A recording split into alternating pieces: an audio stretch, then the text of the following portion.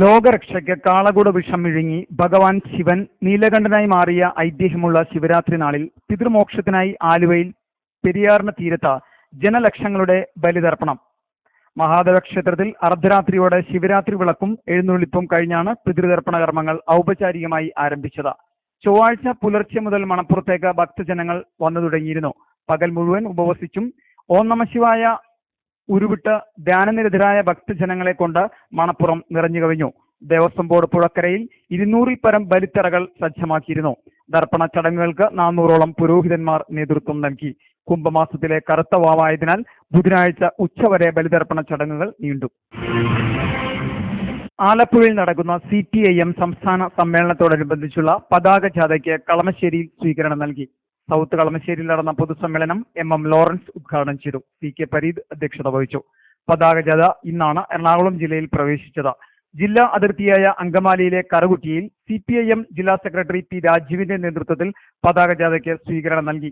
ഇരുചക്ര വാഹനങ്ങൾ, റെഡ് വോളണ്ടിയർമാർ, കായിക താരങ്ങൾ, ബാൻഡ് സെറ്റ് എന്നിവയുടെ അകമ്പടിയോടെയാണ് ജാഥ പര്യടനം നടത്തിയത്. CPIM കേന്ദ്ര കമ്മിറ്റി അംഗം EP ജയരാജനാണ് ജാഥ ക്യാപ്റ്റൻ. കളമശ്ശേരിയിൽ നടന്ന സ്വീകരണ സമ്മേളനത്തിന് EP ജയരാജൻ നന്ദി രേഖപ്പെടുത്തി. ലോകത്തിൽ സോഷ്യലിസം തകർന്നു, സാമ്രാജ്യത്വ ആധിപത്യം സ്ഥാപിച്ചു. അമേരിക്ക ലോകത്തെ മുഴുവൻ തകർത്തുകൊണ്ടിരിക്കുകയാണ്. 10 ലക്ഷം മുസ്ലിം ജനവിഭാഗത്തെയാണ് ഇറാഖിൽ കശാപ്പ് ചെയ്തത്, കൊന്നൊടുക്കിയത്. 10 ലക്ഷം മനുഷ്യർ. സദ്ദാം ഹുസൈനിൽ പോക്കിലേക്ക്. ലിബിയ എന്ന് പറയുന്ന രാഷ്ട്രമില്ല, ഈജിപ്തും ആ വഴിയും. ലോകത്തിൽ ഭീകരപ്രവർത്തനങ്ങളും അക്രമങ്ങളും പൊട്ടിപ്പുറപ്പെടുന്നു. ഒരു കാലത്ത് ഇറാഖിൽ അവിടുത്തെ ഭരണത്തെ തകർക്കാൻ വേണ്ടിയിട്ട് അൽ-ഖ്വയ്ദയാണ് അമേരിക്ക ഉപയോഗപ്പെടുത്തിയത്. എറണാകുളം ജില്ലയിലെ പതാക ജാഥയുടെ പര്യടനം വൈറ്റിലയിൽ സമാപിച്ചു. നേതാക്കളായ TV Rajesh MLA, K Chandran Pillai, KN Gopinath, CM Dinesh മണി, CN Mohanan, KN Unnikrishnan, VA Zakir Hussain എന്നിവർ പ്രസംഗിച്ചു. ആലുവ നഗരത്തിൽ 15 മിനിറ്റിനിടെയുണ്ടായ 2 ബസ് അപകടങ്ങളിൽ ശിവരാത്രി തീർത്ഥാടകയും ബസ് കണ്ടക്ടറും മരിച്ചു. ശിവരാത്രി തീർത്ഥാടകയായിരുന്ന പട്ടിമറ്റം കൈതക്കാട് കരയിൽ നായാട്ടുശ്ശേരി വീട്ടിൽ പരേതനായ തങ്കപ്പന്റെ ഭാര്യ അമ്മണി, ബസ് കണ്ടക്ടർ പനായിക്കുളം ചിറയമ്പള്ളിക്ക് പറമ്പിൽ സുലൈമാൻ എന്നിവരാണ് മരിച്ചത്. ബുധനാഴ്ച രാവിലെ 11ഓടെ ആലുവ പ്രൈവറ്റ് ബസ് സ്റ്റാൻഡിലാണ് ആദ്യത്തെ അപകടമുണ്ടായത്. ബസ് സ്റ്റാൻഡിന്റെ വടക്കു ഭാഗത്ത് യാത്രക്കാർ ബസ് കാത്തു നിൽക്കുന്നിടത്തേക്ക് ഇടിച്ചു കയറുകയായിരുന്നു. ഇവിടെയുള്ള ടീ ഷോപ്പിൽ ഇടിച്ചു നിന്ന ബസ്സിനിടയിൽ അമ്മണി പെടുകയായിരുന്നു. അമ്മണിയെ ഉടൻ പത്തടിപ്പാലം കിംസ് ആശുപത്രിയിൽ എത്തിച്ചെങ്കിലും രക്ഷിക്കാനായില്ല. അപകടത്തെ തുടർന്ന് ബസ് ജീവനക്കാർ ഓടി രക്ഷപ്പെട്ടു. ബുധനാഴ്ച രാവിലെ 7:30ഓടെയാണ് അമ്മണി വീട്ടിൽ നിന്നും ബലിതർപ്പണത്തിനായി പോന്നത്. തിരക്ക് കുറവായതിനാൽ വേഗം കർമ്മങ്ങൾ കഴിഞ്ഞ് വീട്ടിലേക്ക് പോകുവാൻ നിൽക്കുമ്പോഴാണ് നാട്ടിലേക്കുള്ള ബസ് തന്നെ അമ്മണിയെ ഇടിച്ചത്. ഈ അപകടം കഴിഞ്ഞ് 15 മിനിറ്റിനുള്ളിൽ ബസ് സ്റ്റാൻഡിന് സമീപത്തെ ഫയർ സ്റ്റേഷൻ ഭാഗത്താണ് രണ്ടാമത്തെ അപകടമുണ്ടായത്. ആലുവ വരാപ്പുഴ റൂട്ടിലോടുന്ന നവാസ് ബസ് അമിത വേഗതയിൽ ഇവിടെ വളവ് തിരിക്കുമ്പോൾ ഇതേ ബസ്സിലെ കണ്ടക്ടറായ സുലൈമാൻ പുറത്തേക്ക് തെറിച്ചു വീഴുകയായിരുന്നു. ഉടനെ സുലൈമാനെയും കിംസ് ആശുപത്രിയിലേക്ക് കൊണ്ടുപോയെങ്കിലും ജീവൻ രക്ഷിക്കാനായില്ല. ഈ ബസ്സിലെ ഡ്രൈവറും രക്ഷപ്പെട്ടതായി ട്രാഫിക് SI പറഞ്ഞു. രാജനാണ് അമ്മണിയുടെ മകൻ. മരുമകൾ സുജ, സുലൈമാന്റെ ഭാര്യ നൂർജഹാൻ, മക്കൾ സുനിജ, സുധീർ, സുനാസ്, സുഹൈൽ. ഇരുവരുടെയും മൃതദേഹങ്ങൾ ആലുവ ജില്ലാ ആശുപത്രിയിൽ പോസ്റ്റ്മോർട്ടത്തിന് ശേഷം ബന്ധുക്കൾക്ക് വിട്ടു നൽകി. അപകടത്തിൽപ്പെട്ട 2 വാഹനങ്ങളും ട്രാഫിക് പോലീസ് കസ്റ്റഡിയിൽ എടുത്തിട്ടുണ്ട്. ആലുവ ചെങ്ങമനാട് പഞ്ചായത്തിലെ പുതുവാശ്ശേരി മേഖലാ നിവാസികൾ പകർച്ചവ്യാധി ഭീഷണിയിൽ. പ്രദേശത്തെ നിരവധി ആളുകൾ മഞ്ഞപ്പിത്തം ബാധിച്ച വിവിധ ആശുപത്രികളിൽ ചികിത്സയിലാണ്.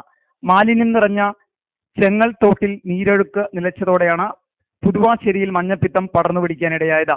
ഏതാനും നാളുകളായി 5-ാം വാർഡിൽപ്പെട്ട പുതുവാശ്ശേരിയിലും പരിസരത്തും മഞ്ഞപ്പിത്തവും പകർച്ചവ്യാധി രോഗങ്ങളും വ്യാപകമായിരിക്കുകയാണ്.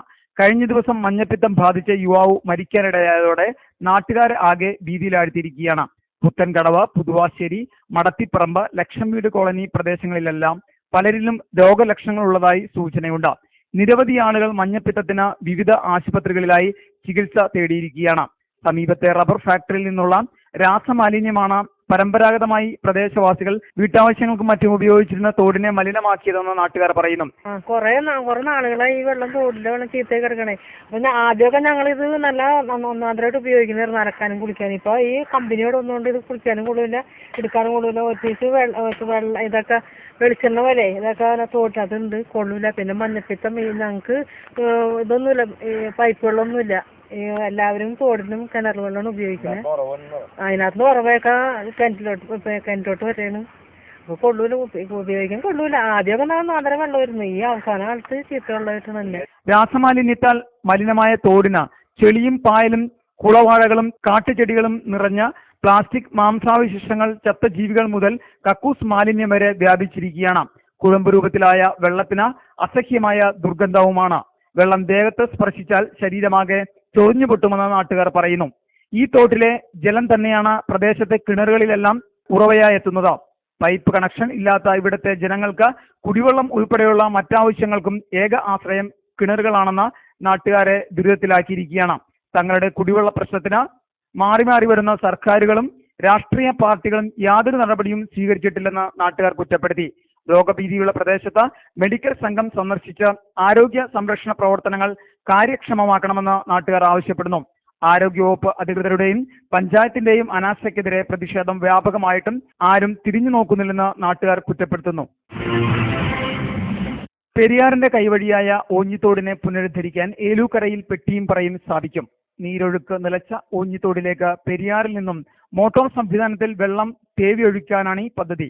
അനധികൃത മണൽവാരലും കാലാവസ്ഥാ വ്യതിയാനവും മൂലം പെരിയാർ താഴോട്ടിരുന്നതിനാൽ ഓഞ്ഞിത്തോട്ടിലേക്ക് വെള്ളം കയറാതെ നീരൊഴുക്ക് നിലച്ച സ്ഥിതിയിലാണ്.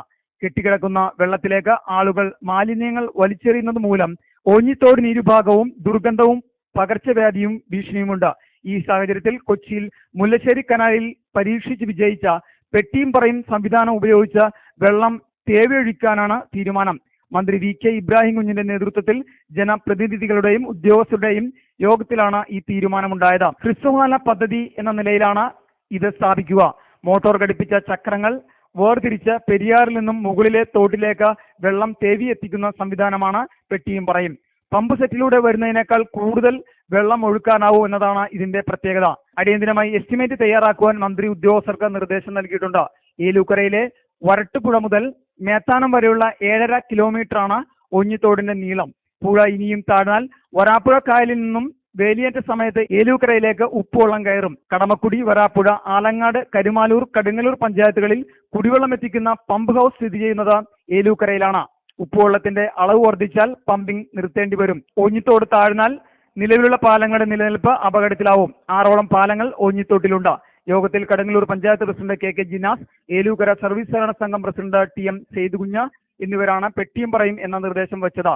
അടുത്ത ഘട്ടമായി തോടിന്റെ ഇരുകരകളും കെട്ടി സംരക്ഷിക്കുന്ന അടക്കമുള്ള ദീർഘകാല പദ്ധതിക്കുള്ള എസ്റ്റിമേറ്റ് തയ്യാറാക്കാനും മന്ത്രി നിർദ്ദേശം നൽകിയിട്ടുണ്ട്. ഇതിനായി ജനപ്രതിനിധികളും എഞ്ചിനീയർമാരും സ്ഥലം സന്ദർശിക്കും. വല്ലാർപാടം കണ്ടെയ്നർ ടെർമിനൽ റോഡിൽ നിന്നും ഏലൂർ മഞ്ഞുമൽ ഭാഗത്തേക്ക് ഇറങ്ങുവാനായി നിർമ്മിച്ചിരിക്കുന്ന അപ്രോച്ച് റോഡ് ഇരുചക്ര വാഹന യാത്രികർക്ക് അപകടക്കണി ഒരുക്കുന്നു. ഇരുചക്ര വാഹന യാത്രക്കാർ പതിവായി ഈ ഭാഗത്ത് വീണ് അപകടം പറ്റുന്നുണ്ട്. കാർ ഉൾപ്പെടെയുള്ള വാഹനങ്ങൾ പലപ്പോഴായി ഈ റോഡിലൂടെ താഴേക്ക് ഇറങ്ങുമ്പോൾ നിയന്ത്രണം തെറ്റാറുണ്ട്. ജനപ്രതിനിധികളോടും NHAI അധികൃതരോടും നിരവധി തവണ നാട്ടുകാരും യാത്രക്കാരും പരാതി പറഞ്ഞിട്ടും ഇതുവരെ നടപടിയൊന്നും ആയിട്ടില്ല. വല്ലാർപാടം കണ്ടെയ്നർ ടെർമിനൽ റോഡിന്റെ കരാറുകാരായ സൺകോൺ സോമ കമ്പനിയാണ് ഈ അപ്രോച്ച് റോഡിന്റെ ടാറിംഗ് ജോലികൾ ചെയ്യേണ്ടത്. എന്നാൽ ഭൂരിഭാഗം അപ്രോച്ച് റോഡുകളും ടാർ ചെയ്ത് ഗതാഗത സൗകര്യത്തിന് ഉതകും വിധം തയ്യാറാക്കിയിട്ടുണ്ടെങ്കിലും അധികൃതർ ഈ അപ്രോച്ച് റോഡിനെ അവഗണിക്കുകയാണ്. ഈ അപ്രോച്ച് റോഡ് അടിയന്തരമായി നന്നാക്കണമെന്നാണ് നാട്ടുകാരുടെ ആവശ്യം. അല്ലാത്തപക്ഷം വഴിതടയൽ ഉൾപ്പെടെയുള്ള സമര പരിപാടികൾ ആവിഷ്കരിക്കുമെന്ന് നാട്ടുകാർ മുന്നറിയിപ്പ് നൽകുന്നു.